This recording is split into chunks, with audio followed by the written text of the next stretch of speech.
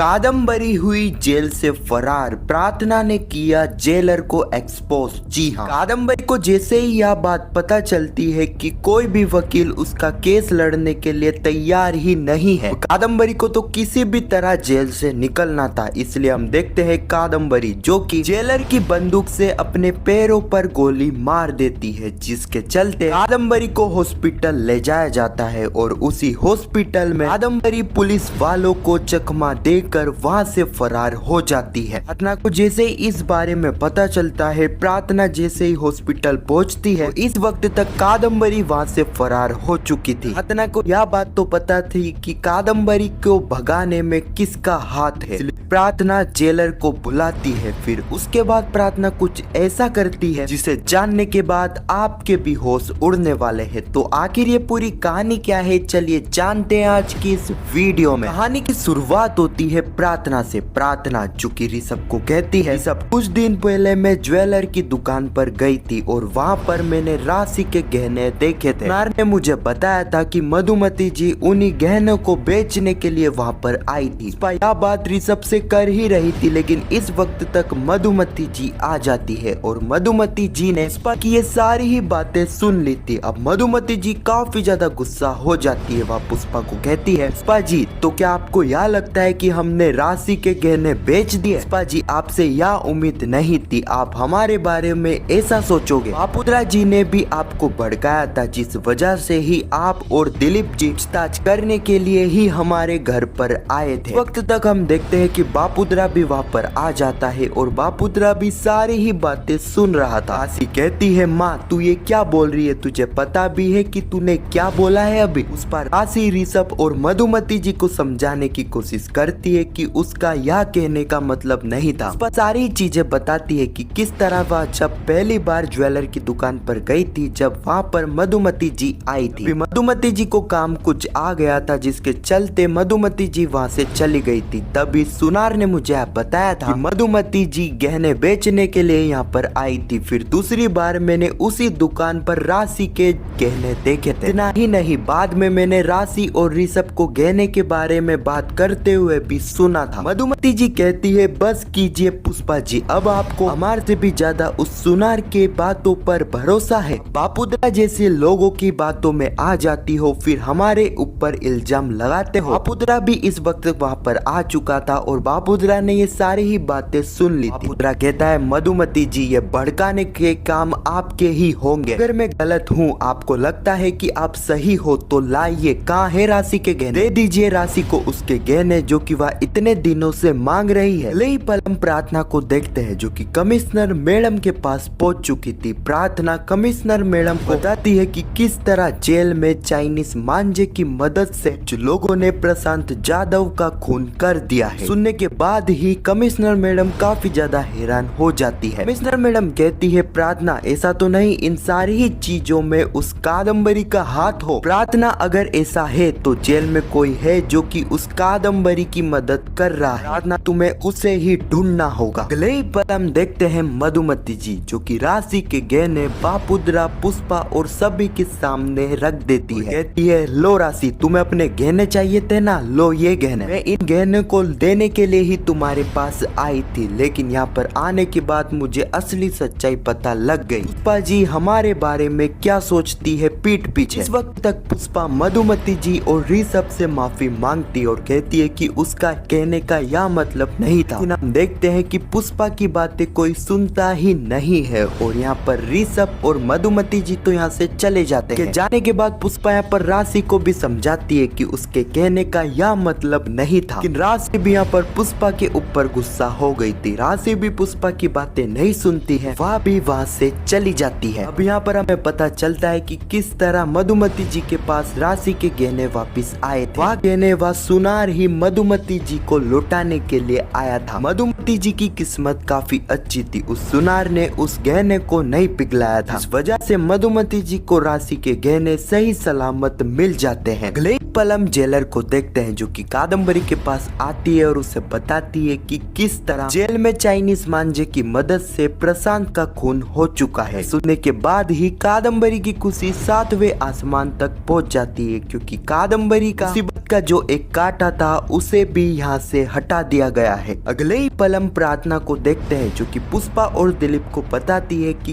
किस तरह यहाँ पर जेल में प्रशांत का खून हो चुका है। यह सुनने के बाद पुष्पा और दिलीप काफी ज्यादा हैरान हो जाते हैं क्योंकि उन्हें पता था कि प्रशांत एकमात्र व्यक्ति था जिसके चलते वह तितली के असली माता पिता तक पहुंच सकते थे, लेकिन अभी किसी ने उसे भी रास्ते से हटा दिया है। सारी घटना से उन्हें यह बात तो समझ आ चुकी थी कि जो कोई भी की तितली के असली माता पिता तक पहुंचाने में मदद करता है उसे कोई ना कोई निपटा देता है। ना कहती है माँ कोई और भी बात है क्या जिससे तुम परेशान हो। पुष्पा सारी ही चीजें प्रार्थना को बताती है जो कि आज हुई थी। पुष्पा यहाँ पर राशि को कॉल करती है लेकिन राशि पुष्पा का कॉल काट देती है। और यहाँ पर दिलीप भी राशि को कॉल करता है लेकिन राशि दिलीप का भी कॉल काट देती है। अब यहाँ पर हमें पता चलता है कि कॉल राशि नहीं बल्कि ऋषभ काट रहा था। अगले ही पल हम देखते हैं पुष्पा और दिलीप जिन्हें यह बात काफी अच्छे से समझ आ चुकी थी कि जो लोग जेल में प्रशांत को खत्म कर सकते हैं